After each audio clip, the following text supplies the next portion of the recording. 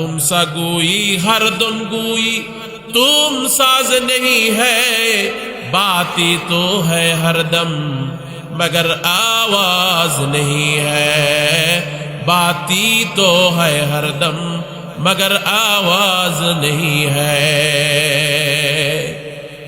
আব্দুল্লাহ ইবনে মুবারক রহমতুল্লাহ আলাইহি হাদিস পড়াইতেন। আব্দুল্লাহ ইবনে মুবারক রহমতুল্লাহি আলাইহি ছাত্ররা জিজ্ঞাসা করেছে, ওগো হযরত, আপনার কাছে কোন সময় সবচাইতে ভালো লাগে? এবার আব্দুল্লাহ ইবনে মুবারক রহমতুল্লাহ আলাইহি ডাক দিয়ে বলে, ছাত্ররা রে, আমার দুইটা সময় আমার কাছে সবচাইতে প্রিয়। একটা সময় হলো সানাদুন আলী, সানাদুন আলী ও ইলম অন্বেষণ করার যার সনদটা হলো সবচাইতে ভারী, সবচাইতে উচ্চ, সবচাইতে ভালো। তার কারণ আব্দুল্লাহ ইবনে মুবারক রহমতুল্লাহ আলাইহি এমন একজন ব্যক্তিত্ব ছিল, যদি দেখছে যে এই হাদিসের রাবি অমুক ব্যক্তি, আব্দুল্লাহ ইবনে মুবারক রহমতুল্লাহ আলাইহি নিজে পায়ে দল হেঁটে হেঁটে সেই সাহাবীর বাড়িতে গেছে। সাহাবীর বাড়িতে গিয়ে ওই সাহাবীর কাছ থেকে নিজ মুখে শুনেছে, তারপরে আব্দুল্লাহ ইবনে মুবারক রহমতুল্লাহ আলাইহি হাদিস রওয়ায়াত করেছে। আল্লাহু আকবার জোরে বলে। এই জন্য আব্দুল্লাহ ইবনে মুবারক রহমতুল্লাহ আলাইহি বলতেছে, এ ছাত্ররা, আমার কাছে একটা হলো সানাদুন আলী, আমার সবচাইতে ভালো, আর একটা হলো বাইতুল খালি, খালি ঘর, যেখানে কেউ থাকবে না, সেখানে শুধু আমি নিজে আব্দুল্লাহ ইবনে মুবারক থাকব, যেখানে আমি মালিকের কাছে একাকিত্ব থাকব। এবার ছাত্ররা জিজ্ঞাসা করতেছে, ওগো হযরত, মানুষের একা ঘরে থাকতে ভয় লাগে, একাকিত্ব ভালো লাগে না, আপনি থাকেন, কারণটা কি? এবার আব্দুল্লাহ ইবনে মুবারক রহমতুল্লাহ আলাইহি ডাক দিয়ে বলতেছে, ওই বাবারা, শুনে রাখো, আমি যেই সময় আমি একাকিত্ব ঘরে আমি থাকি, সেই সময় আমি একা থাকি না, বরং সে কিছু সময় আমি মালিকের সাথে কথোপকথন করি। আল্লাহু আকবার জোরে বলেন। বলে আমি কোনো কিছু সময় মালিকের কদমে সেজদা দেই, মালিকের সাথে কথোপকথন করি, কোরআন পড়ি। তার কারণ কোরআন পড়লে আল্লাহ পাকের সাথে কথোপকথন করা যায়। তুম সা গোই হরদম গোই তুম সাজ নেহি হ্যায়, বাতি তো হ্যায় হরদম मगर आवाज नहीं है, बाती तो है हरदम मगर आवाज नहीं है। বলতেছে আমি কিছু সময় মালিকের সাথে কথোপকথন করি, আবার কিছু সময় মুহাম্মদুর রাসূলুল্লাহ সাল্লাল্লাহু আলাইহি সাল্লামের সাথে থাকি, আবার কিছু সময় সাহাবী আজমাইনদের সাথে থাকি। এবার ছাত্ররা জিজ্ঞাসা করতেছে, ওগো হযরত, আপনি যে নবীর সাথে থাকেন তার মানে কি?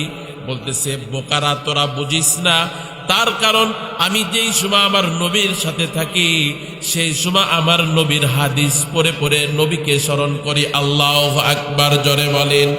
আর যেই সময় সাহাবীদের সাথে নিয়ে থাকি, সেই সময় আমার সাহাবীদের জীবন আমি একা একাই আলোচনা করতে থাকি। তার কারণ সাহাবীদের মাধ্যমে নবীর মহব্বত, নবীর ভালোবাসা পাওয়া যায়। এই জন্য আমি সাহাবীদের আলোচনা আমি নিজে নিজে করি। আল্লাহু আকবার জোরে বলি।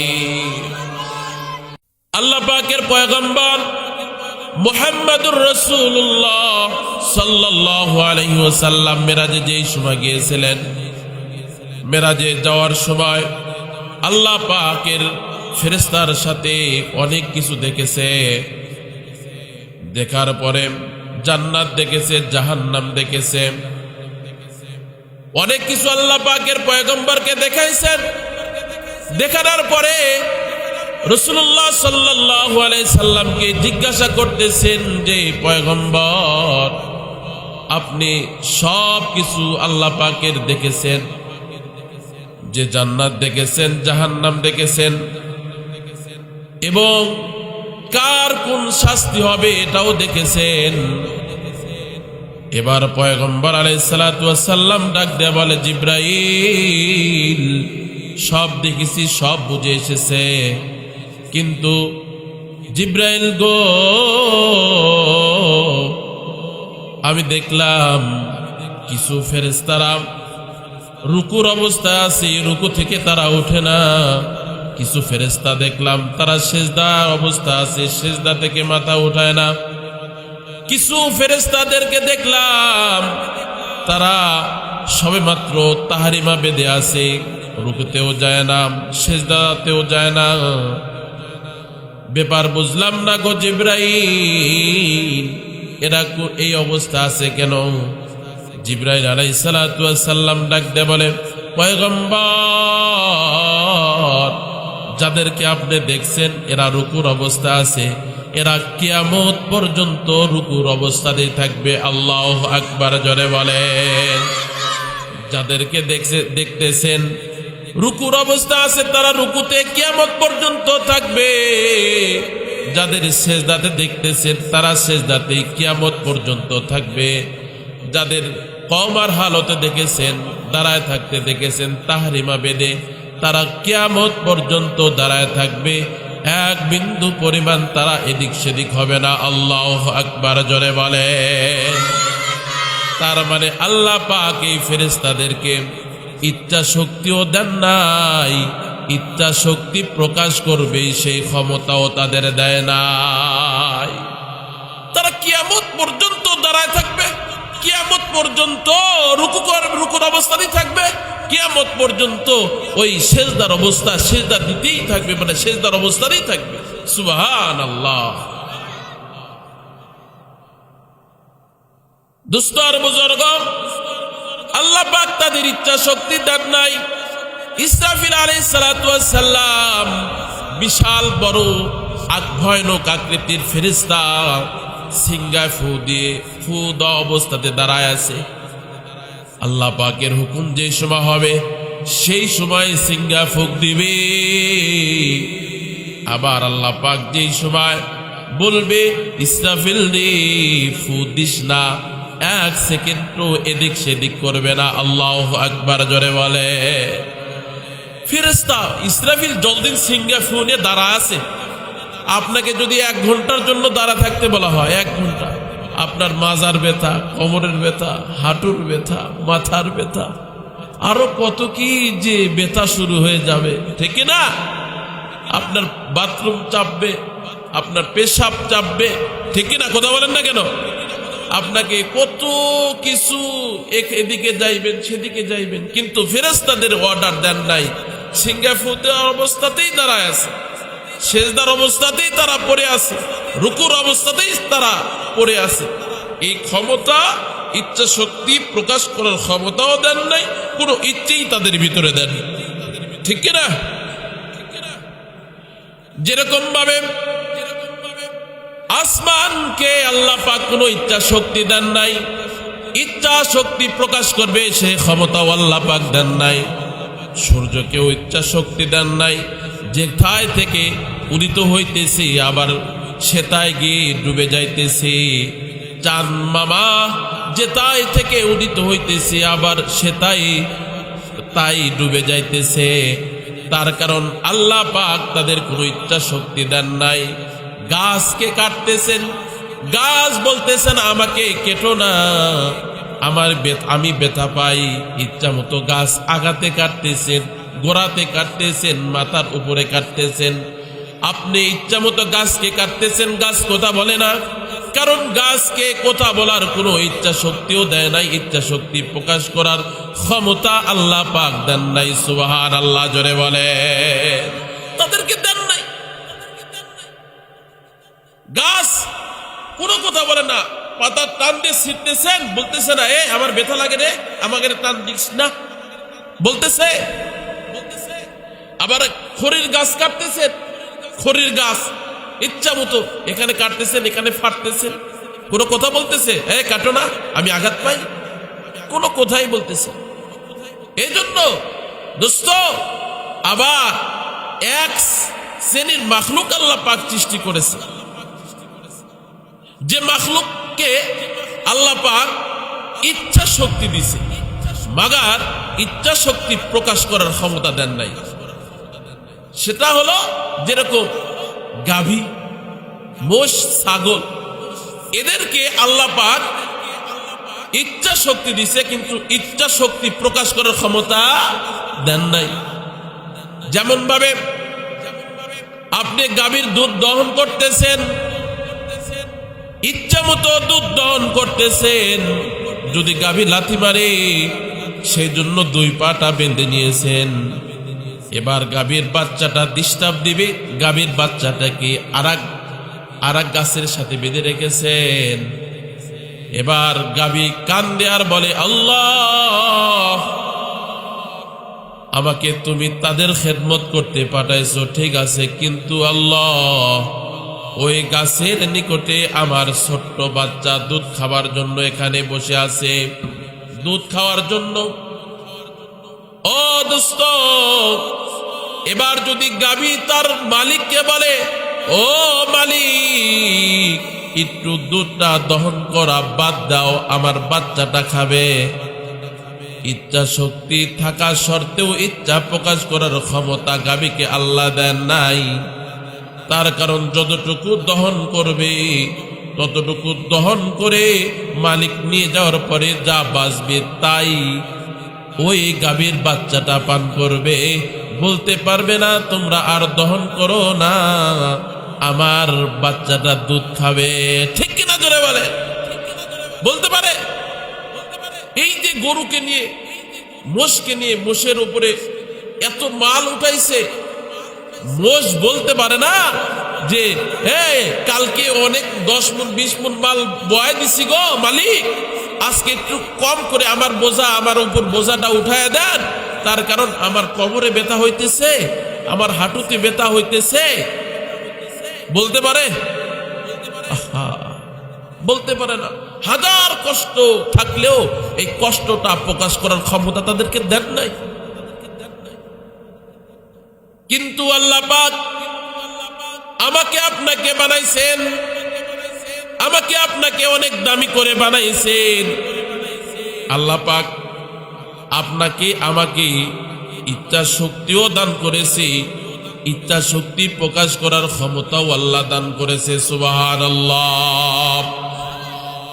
ইচ্ছা শক্তি আপনি যদি মন করেন যে আজকে আমি ফজরের নামাজ পড়ব, ইচ্ছা যদি থাকে, আল্লাহ পাক তাকে ওই ফজরের টাইমে উঠায় দেবে, বলে বান্দারে তুই ফজর নামাজ পড়তে চাইছিলি, তোকে জাগায় দিলাম, যাও যাও তুমি মসজিদে গিয়ে ফজরের নামাজ আদায় করো। সুবহানাল্লাহ জোরে বলেন। এবার যদি বান্দা ইচ্ছা করে তামাম রজনীতে জেগে জেগে মালিকের কদমে সেজদা দিবে, ঠিক তেমনি ভাবে ওই বান্দা তামাম রাত জেগে জেগে মালিককে ইচ্ছা মতো সেজদা দিবে, বাধা দেওয়ার কেউ থাকবে না।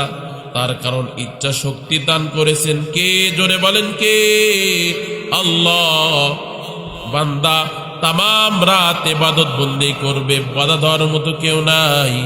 গভীর রজনীতে মালিকের কদমে দুইটা সেজদা দিবে, দুই চোখ দিয়ে অজস্র পানি বের করবে, যত সেজদা দিবে, যত মালিকের পেয়ারা হয়ে যাইবে তত। আল্লাহু আকবার জোরে বলে। মুহতারাম হাজিরিন, এবার আপনার ইচ্ছা শক্তি হয়েছে, রাত্রে ডিজে পার্টির সাথে সারা রাত পিকনিকের নামে গান বাজনা করেছেন, আপনার ইচ্ছা শক্তি আছে, আপনি তামাম রাত গুনাহ করেছেন, আপনার ইচ্ছা শক্তি আছে, তামাম রাত আপনি আল্লাহর নাফরমানি করেছেন, তামাম রাত বাবা মার নাফরমানি করেছেন, তামাম রাত বড় ভাই মুরব্বীদের নাফরমানি করেছেন, তাদের সাথে বেয়াদবি করেছেন। ইচ্ছা শক্তি আপনার। এবার এই ইচ্ছা শক্তি যদি আপনার ভিতরে হইতেই থাকে, জাগনা দিতেই থাকে, তাহলে আস্তে আস্তে এই ইচ্ছা শক্তির কারণে আল্লাহ পাকের জাহান্নামে আপনারা যাইতে হবে। ঠিক কিনা জোরে বলে? মুহতারাম হাজিরিন, কথাগুলো খুব মনোযোগ দিয়ে বুঝবেন।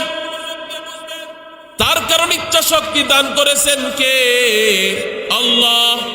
এই ইচ্ছা শক্তির ভিতরে যদি সামান্য পরিমাণ, এক জাররা পরিমাণ যদি আল্লাহর প্রিয় হবার ইচ্ছাটা আপনার অন্তরে থাকে, আল্লাহর জাতের কসম খেয়ে বলি, একদিন, 2 দিন, 3 দিন করতে করতে এমন সময় আল্লাহর পেয়ারা আপনি হয়ে যাইবেন, দুনিয়ার কোনো কিছুই আপনার ভাল লাগবে না। ঠিক কিনা? জোরে বলেন। আমাদের আকাবের হযরতদের মধ্যে আমাদের ইমামুদ্দুনিয়া ইমামে আজম আবু হানিফা রাহমাতুল্লাহি আলাইহি তামাম রাত জেগে জেগে নামাজ পড়েছে। 40টি বছর এশা রোজু দিয়ে ফজর নামাজ পড়েছে। আল্লাহু আকবার, জোরে বলেন। তার মানে 40 বছর এশা রোজু দিয়ে ফজর নামাজ পড়ছে। সবে মাত্র এশার নামাজ পড়ে আল্লাহ পাকের কদমে সেজদা দিয়েছেন।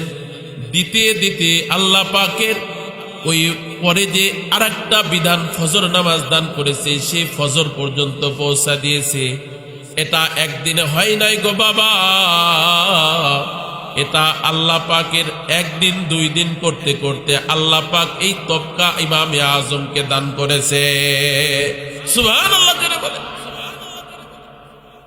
শুধু তাই নয়, ইমামে আজম ইমামে আবু হানিফা রাহমাতুল্লাহি আলাইহি নুমান ইবনে সাবিত এমন একজন ব্যক্তি ছিলেন, 2 রাকাতে পুরা কোরআন খতম করেছে। আল্লাহু আকবার, জোরে বলেন।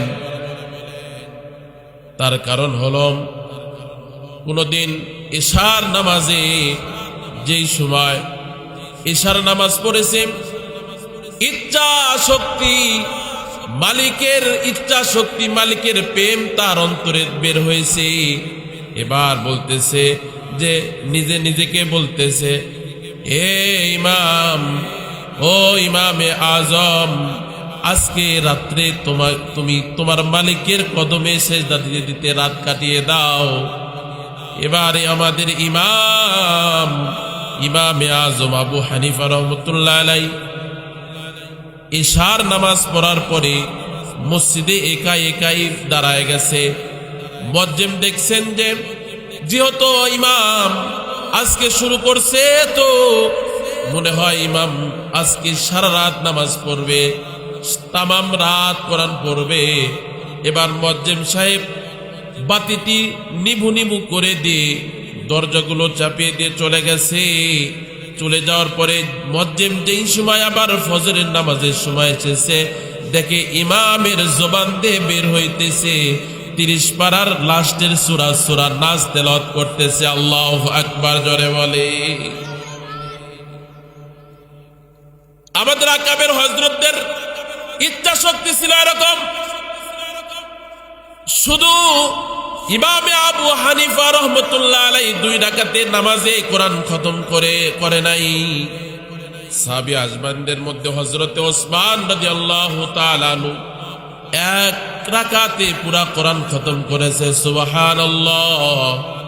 মরুভূমির ভিতরে যদি কোরআন তেলাওয়াত করা শুরু করে দিয়েছে নামাজের ভিতরে, সেই সময় এত স্থির থাকার কারণে, নামাজে আস্তে আস্তে তেলাওয়াত করার কারণে পাখিরা ওসমান রাদিয়াল্লাহু তাআলা আনহুর মাথার উপরে এসে বসেছে। তার কারণ পাখিরা মনে করে না এটা মানুষ। তার কারণ মানুষ যদি হয় তাহলে এতক্ষণ পর্যন্ত দাঁড়ায় থাকবে না। এবার খুঁটি মনে করে এবার পাখিরা উড়াল দিয়ে ওসমান রাদিয়াল্লাহু তাআলা আনহুর মাথার উপরে এসে বসে গেছে। আল্লাহু আকবার, জোরে বলে। হযরত সাঈদ ইবনে জুবাইর রাদিয়াল্লাহু তাআলা আনহু 2 রাকাতে পুরা কোরআন খতম করেছে। হযরত আব্দুল্লাহ ইবনে মুবারক রাহমাতুল্লাহি আলাইহি तमाम রাত জেগে জেগে ইবাদত বন্দেগী করেছেন। তার তবকাটা এত দূর পর্যন্ত পৌঁছে গেছে দোস্ত, একটা রজনীতেও তার বালিশে মাথা দিতে পারে নাই। ছাদে গিয়ে গিয়ে দৈনন্দিন আল্লাহর কদমে সেজদা দিত। ছাদে গিয়ে গিয়ে মালিকের কোরআন শরীফের মাধ্যমে মালিকের সাথে কথোপকথন করত। আল্লাহু আকবার জোরে বলেন। আব্দুল্লাহ ইবনে মুবারক রাহমাতুল্লাহ আলাইহি হাদিস পড়াইতেন। আব্দুল্লাহ ইবনে মুবারক রাহমাতুল্লাহি আলাইহি ছাত্ররা জিজ্ঞাসা করেছে, ওগো হযরত, আপনার কাছে কোন সময় সবচাইতে ভালো লাগে? এবার আব্দুল্লাহ ইবনে মুবারক রাহমাতুল্লাহ আলাইহি ডাক দিয়ে বলে, ছাত্ররা রে, আমার দুইটা সময় আমার কাছে সবচাইতে প্রিয়। একটা সময় হলো সানাদুন আলী, সানাদুন আলী, ও ইলম অন্বেষণ করার যার সনদটা হলো সব চাইতে ভারী, সব চাইতে উচ্চ, সব চাইতে ভালো। তার কারণ আব্দুল্লাহ ইবনে মুবারক রাহমাতুল্লাহ আলাইহি এমন একজন ব্যক্তিত্ব ছিল, যদি দেখছে যে এই হাদিসের রাবি অমুক ব্যক্তি, আব্দুল্লাহ ইবনে মুবারক রাহমাতুল্লাহ আলাইহি নিজে পায়ে দল হেঁটে হেঁটে সেই সাহাবীর বাড়িতে গেছে। সাহাবীর বাড়িতে গিয়ে ওই সাহাবীর কাছ থেকে নিজ মুখে শুনেছি, তারপরে আব্দুল্লাহ ইবনে মুবারক রাহমাতুল্লাহ আলাইহি হাদিস রওয়ায়াত করেছে। আল্লাহু আকবার জোরে বলি। এই জন্য আব্দুল্লাহ ইবনে মুবারক রাহমাতুল্লাহ আলাইহি বলতেছেন, ওই ছাত্ররা রে, এ ছাত্ররা, আমার কাছে একটা হলো সানাদুন আলী, আমার সব চাইতে ভালো, আর একটা হলো বাইতুল খালি, খালি ঘর, যেখানে কেউ থাকবে না, সেখানে শুধু আমি নিজে আব্দুল্লাহ ইবনে মুবারক থাকব, যেখানে আমি মালিকের কাছে একাকিত্ব থাকব। এবার ছাত্ররা জিজ্ঞাসা করতেছে, ওগো হযরত, মানুষের একা ঘরে থাকতে ভয় লাগে, একাকিত্ব ভালো লাগে না, আপনি থাকেন, কারণটা কি?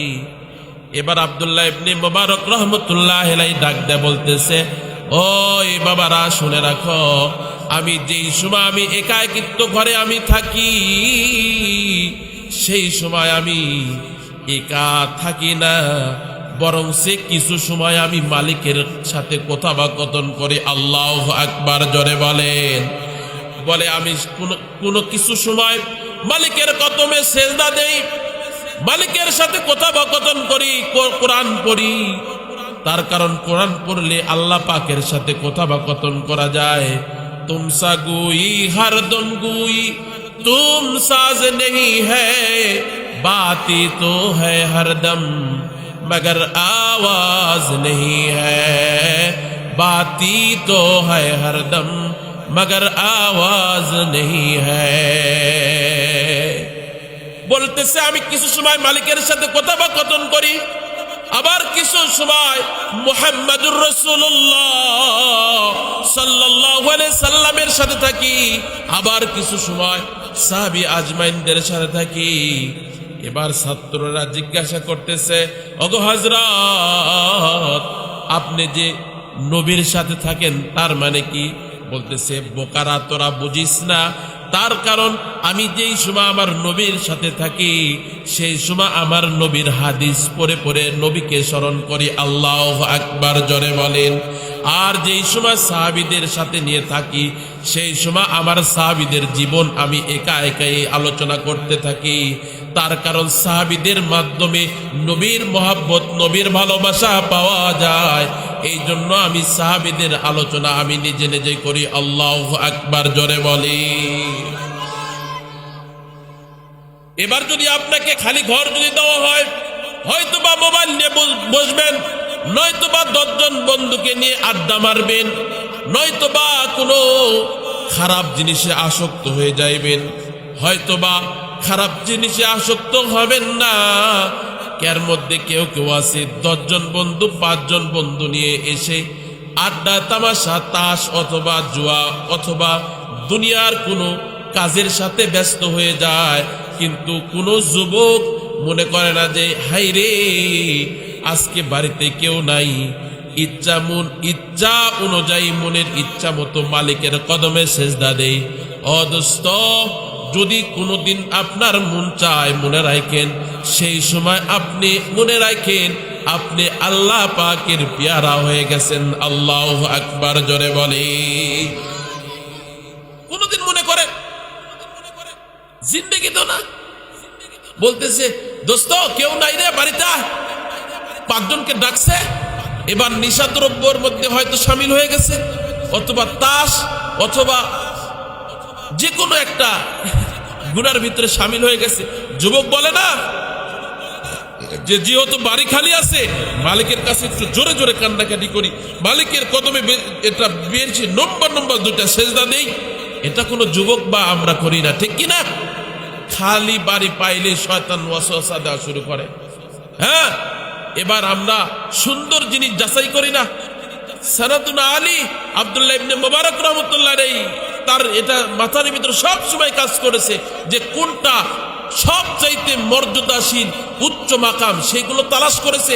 এটা সবচাইতে ভালো, এর হক মানে মুসান্নিফ ভালো, এর রাবি ভালো, এটাকে ধরবো, এর রাবি ভালো না, এটাকে গ্রহণ করবো না।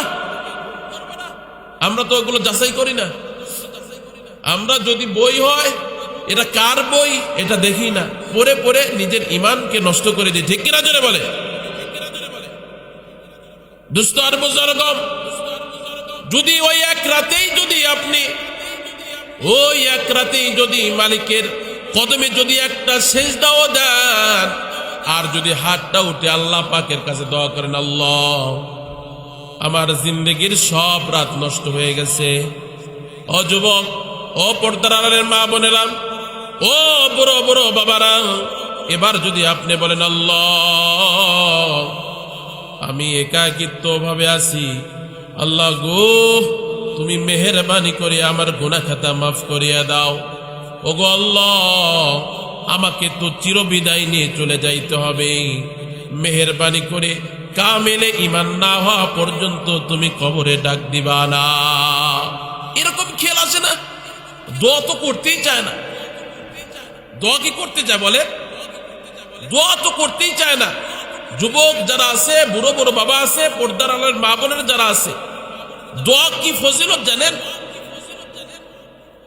দোয়া এমন একটা জিনিস যেটা আকাবের হযরতদের এটা বৈশিষ্ট্য ছিল, আমাদের পূর্বপুরুষ যারা ছিল তাদের এটা বৈশিষ্ট্য ছিল দোয়া। এটা দোয়ার জন্য বসে গেছে যে এনি টাইম, দোয়ার জন্য নফল রোজাও ভেঙে ফেলে দিয়েছে।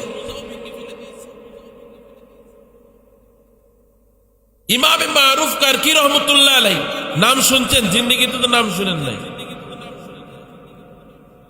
ইমাম মারুফ কারকি রহমতুল্লাহ আলাইহি খ্রিস্ট ধর্মে জন্মগ্রহণ করেছিলেন, খ্রিস্ট বাবা মার ঔরসে জন্মগ্রহণ করেছিলেন ইমামে মারুফ কারকি রহমতুল্লাহ আলাইহি। আমাদের তো সৌভাগ্য যে আমরা মুসলমানের ঔরসে, হ্যাঁ মুমিনের ঔরসে জন্মগ্রহণ করেছি, ঠিক কিনা? আমার বাবা মুসলমান, দাদা মুসলমান, সবাই মুসলমান, আমরা তার ঔরসে আমরা জন্মগ্রহণ করেছি। ইমাম মারুফ কারকি রহমতুল্লাহ আলাইহি জুনায়েদ বাগদাদি রহমতুল্লাহ আলাইহি দাদা পীর ছিলেন ইমাম মারুফ কারকি রহমতুল্লাহ আলাইহি। ইমাম মারুফ কারকি রহমতুল্লাহ আলাইহি তার বাবাও ছিল খ্রিস্টান, তার মাও ছিল খ্রিস্টান, বাবা মা দুইজনই খ্রিস্টান। এবার মারুফ রহমতুল্লাহ আলাইহি ছোট, এবার মারুফ কারকি রহমতুল্লাহ আলাইহি তার বাবা মা তার জন্য একজন শিক্ষক নিয়োগ করেছে। শিক্ষক হলো, এবার বলতেছে ঈসা মারিয়ম রূহুল্লাহ। এই মারুফ কারকি তুমি শুরু করো ঈসা মারিয়ম রূহুল্লাহ।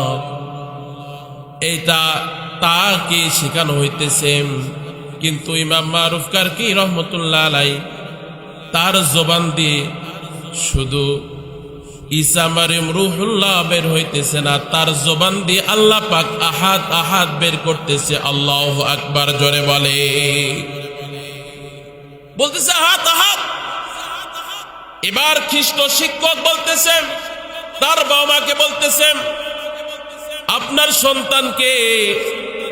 আপনার সন্তানকে আমি লেখাপড়া করাইতে পারবো না, তার কারণ সে ঈসা মারিয়ম রূহুল্লাহ বলে না, তার জবান দা খালি আহাদ আহাদ বের হয়। তাই ঈসা মারিয়ম রূহুল্লাহকে এটা স্বীকারোক্তি দিতে চায় না, আমাকে তার পড়ানোর সুযোগ আর হবে না। এবার খ্রিস্ট শিক্ষক চলে গেছে, পিতা মাতা ডাক দিয়ে বলতেছে এই ব্যাপার কি, তুমি আহাত আহাত বলো। বলে আমি তো বলি না, মালিক আমার কদম আমার জবান দ্বারা আহাত আহাত শব্দ বের করে দেয়। এবার বলার পরে একদিন, 2 দিন, 3 দিন, 4 দিন, 1 সপ্তাহ, 2 সপ্তাহ পরে ইমাম মারুফ কারকি রহমতুল্লাহ আলাইকে জবরদস্তি করে বাড়ি থেকে বের করে দিয়েছে।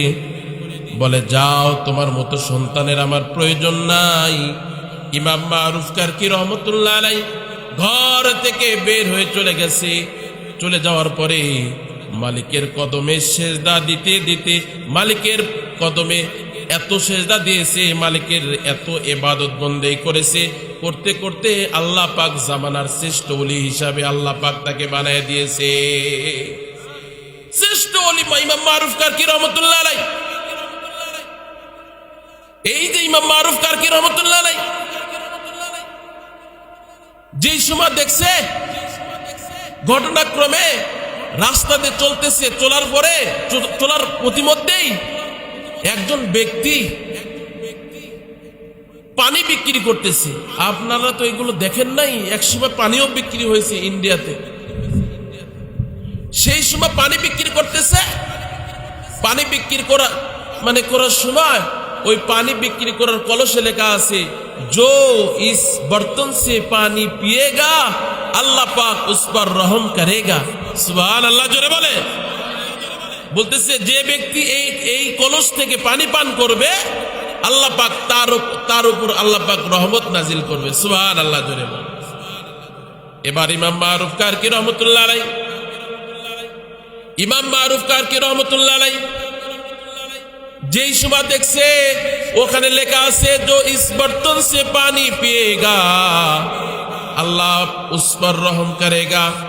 যে দেখছে ইমাম মারুফ কারকি রহমতুল্লাহ আলাই দৌড়ে এসে ওই ব্যক্তির কাছে এসে বলতেছে, ও ভাই, আপনি আমাকে 1 গ্লাস পানি দেন। 1 গ্লাস পানি ইমাম মারুফ কারকি রহমতুল্লাহ আলাই কিনে নিয়েছে 1 আনা দ্বারা। ইমাম মারুফ কারকি রহমতুল্লাহ আলাই 1 আনা দ্বারা পানি কিনে নিয়েছে। এবার যেই সময় খাবে মুরিদেরা জিজ্ঞাসা করতেছে, ওগো হযরত, আপনি তো নফল রোজা রাখছেন, আপনি কেমন করে রোজা ভাঙবেন? এবার ডাক দিয়ে বলতেছে যে, হে ভাইরা আমার কাছে নফল রোজার চাইতে এই যে দেখতেছো দোয়াটা, এটা সব চাইতে দামি। আমি নফল রোজা আজ না হয় কাল করতে পারবো, কিন্তু এই ব্যক্তি যদি এখান থেকে চলে যায় আমি আর জিন্দগি তো এই দোয়া পাবো না। তার কারণ আমার হায়াতের সমস্ত আমল বরবাদ হয়ে যাইতে পারে, হায়াতের সমস্ত দোয়া বরবাদ হয়ে যাইতে পারে। আল্লাহ চাহে তো এই পানি বিক্রি করনেওয়ালার পানি খাওয়ার বদৌলতে যে দোয়াটা পাইলাম, এই দোয়ার বদৌলতে আল্লাহ পাক হাসরের ময়দানে আমার সমস্ত গুনাহ খাতা মাফ করে দি। আল্লাহ পাক হয়তো এই দোয়ার কারণে তার জান্নাত আমাকে দান করতে পারে। সুবহানাল্লাহ জোরে বলে। ইমাম মারুফ কারকি রহমতুল্লাহ এত বড় জবরদস্তি একজন পীর সাহেব ছিলেন, বলো ওলি লোক ছিলেন। পানিকে এত গুরুত্ব দিয়েছে, দোয়াকে এত গুরুত্ব দিয়েছে। পানি সবেমাত্র নফল রোজা ভেঙে দিয়েছে, কিন্তু দোয়ার গুরুত্ব দিয়েছে। কিন্তু আমি আপনি দোয়ার তোর গুরুত্ব দূরের কথা, এই আশপাশে মনে করেন নাই। দোয়া করতে হলে চুপি চুপি হয়তো চলে যাই, অথবা দোয়াতে শরীক হয়ে অন্য একটা উদ্দেশ্য থাকে। যেমন এই সময় মানুষ অল্প, দেখবেন পোলা দেওয়ার সময় অনেক লোক এখানে সমাগম হয়ে গেছে। হ্যাঁ, কিন্তু দোস্ত, আপনার তো এক মনোজাতি আপনার জীবনকে চেঞ্জ করে দিতে পারে। একটা মনোজাত আপনার জীবনকে চেঞ্জ করে দিতে পারে। এ মাদেরকে বলতে চাই, মা আপনিও দোয়া করেন আপনার সন্তানের জন্য। ইমাম বুখারী রহমতুল্লাহ আলাইহি তার ছোটবেলাও অন্ধ ছিল। ইমাম বুখারী রহমতুল্লাহ আলাইহি ছোটবেলাও অন্ধ ছিল। এবার ইমাম বুখারী রহমতুল্লাহ আলাইহি আম্মা জান দোয়া করতেছে, আল্লাহ আমার ইতিম সন্তানকে তুমি অন্ধ বানাইছো, ওগো মালিক তোমার কদমে সেজদা দিলাম। যতক্ষণ পর্যন্ত আমার সন্তানকে তুমি তার চক্ষু ফিরে আনা দিবা, আমি ততক্ষণ পর্যন্ত তোমার কদম থেকে আমি মাথা উঠাইব না। আল্লাহু আকবার জোরে বলেন। ইমাম বুখারী রাহমাতুল্লাহ আলাইহি আম্মা জান আল্লাহ পাকের কদমে সিজদা দিয়ে কান্নাকাটি করতেছেন, আল্লাহ আমার সন্তানের চক্ষু আয় আল্লাহ ভালো করে দেন, ইতিম সন্তান আমার, আয় আল্লাহ তার চোখের দৃষ্টিকে পরিপূর্ণ ভালো করিয়া দেন, না দিলে আমি মাথা উঠাইব না। আল্লাহর কসম খেয়ে বলি দোয়াটা এরম কারেন্ট পিকআপ কবুল করেছে।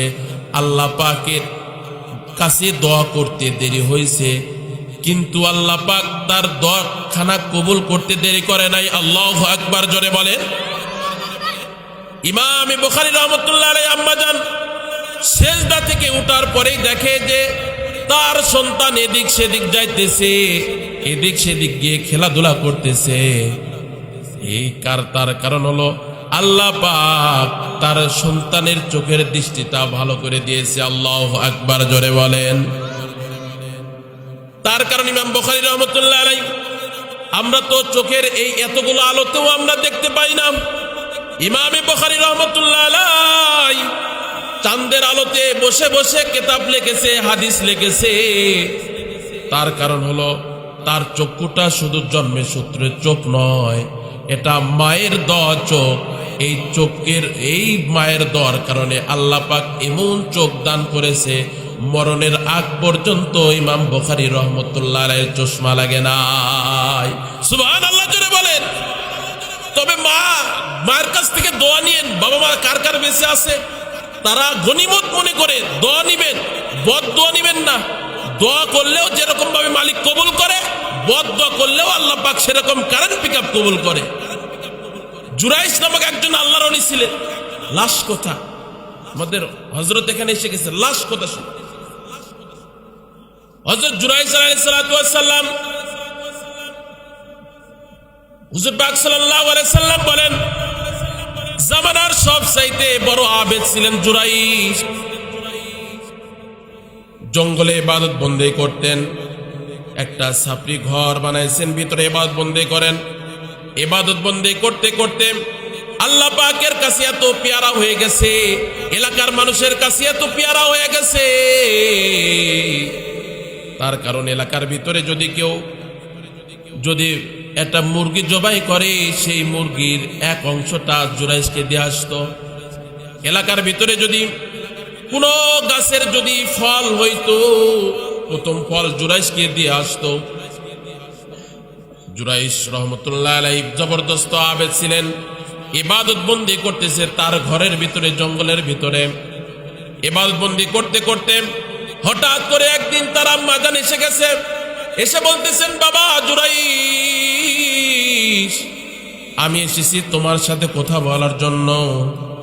এবার জুরাইস রহমতুল্লাহ আলাইহি নামাজের অবস্থায় ছিলেন। এবার বলতেছে, সলাতি ওয়া উম্মি,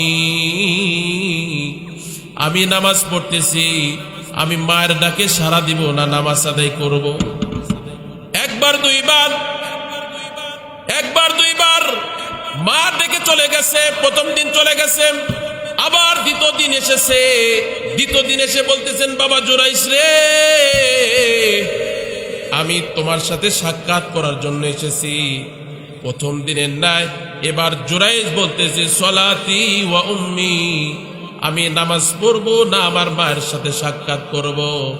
নামাজকে অগ্রাধিকার দিয়েছে জুরাইস। তৃতীয় দিন আবার জুরাইস এসেছে, জুরাইসের আম্মা জান এসেছে। এসে বলতেছেন, বাবা জুরাইস রে, আমার ডাকটা শোন, তোর চেহারাটা আমি দেখি রে বাবা, তুই আমার চেহারাটা দেখ। এবার এই দিনও বলতেছে সলাতি ওয়া উম্মি, সেই দিনও জুরাইসের কথা, তার মানে তার মায়ের কথা সে শুনে নাই। এবার মায়ের জবান দ্বারা বদদুয়া বের হয়ে গেছে, এ জুরাইস রে, তুই তোর মায়ের চেহারা দেখলি না, তুই বেশ্যার চেহারা তোকে দেখতে হবে। যে মা দোয়া করছে তো আল্লাহ পাক এই দোয়াটা কবুল করে নিয়েছে। ঘটনাক্রমে এলাকার ভিতরে একটা জারক সন্তানের আবির্ভাব হয়েছে। জারক সন্তান জন্মগ্রহণ করেছে। এলাকার মানুষেরা ধরে বলতেছেন, এই মেয়ে তোর এই সন্তানের বাবাকে বল। এবার ওই মেয়ে বলতেছে, এই সন্তানের বাবা হলো অমুক, ওই যে জঙ্গলে থাকে জুরাইশ, তাই হলো বাবা। এইটা যেই সময় বলছে, সেই সময় এলাকার মানুষ ক্ষিপ্ত হয়ে বলতেছে, হাই রে, একে না আবেদ মনে করতাম, পীর সাহেব মনে করতাম, একে না আমরা ভালো মনে করতাম, এ দেখি তলে তলে বাচ্চা ফুটাইছে। এলাকার মানুষ সবাই মিলে এবার জুরাইশের বাড়িতে গিয়ে হামলা করেছে, ইট পাথর মেরেছে, জুরাইশের খানকাটা ভেঙে দিয়েছে, ঘর থেকে তাকে বের করে প্রহার করেছে, তাকে মেরেছে, তার উপর আঘাত করেছে, আঘাত করার পরে ডাক দিয়ে বলতেছেন, জুরাইশ, যে বলতেছে এত ভালোবাসো তোমরা আমাকে, আজকে কেন মারতেছো? ব্যাপার বুঝলাম না, এত ভালোবাসা এত আপ্যায়ন তোমাদের কোথায় গিয়েছে? এবার এলাকার লোকজনরা বলতেছে যে বুজুর্গি করো, আবেদিগিরি করো, পীর সাহেবগিরি করো, বাচ্চা ফুটাইছো তুমি জানো না? ব্যাপার কি এটা জানো না? বলে দেখি কোন বাচ্চা ফুটাইছে, কে আমার বাচ্চা আর কে আমার উপর এই অভিযোগ দিয়েছে। এলাকার মানুষ ওই মেয়ে সহকারে তার সন্তানকে সামনে এনেছে। এবার যেই সময় সামনে এনেছে, এবার জুরাইশ রহমতুল্লাহ আলাইহি ওই বাচ্চাকে ডাক দিয়ে বলতেছে, মান আবুকা ইয়া ওয়ালাদ, হে বাচ্চা তোমার বাবা কে? এই কথা যেই বলছে, সেই সময় ওই ছোট্ট বাচ্চার জবান আল্লাহ পাক খুলে দিয়েছে। আল্লাহু আকবার, জোরে বলেন।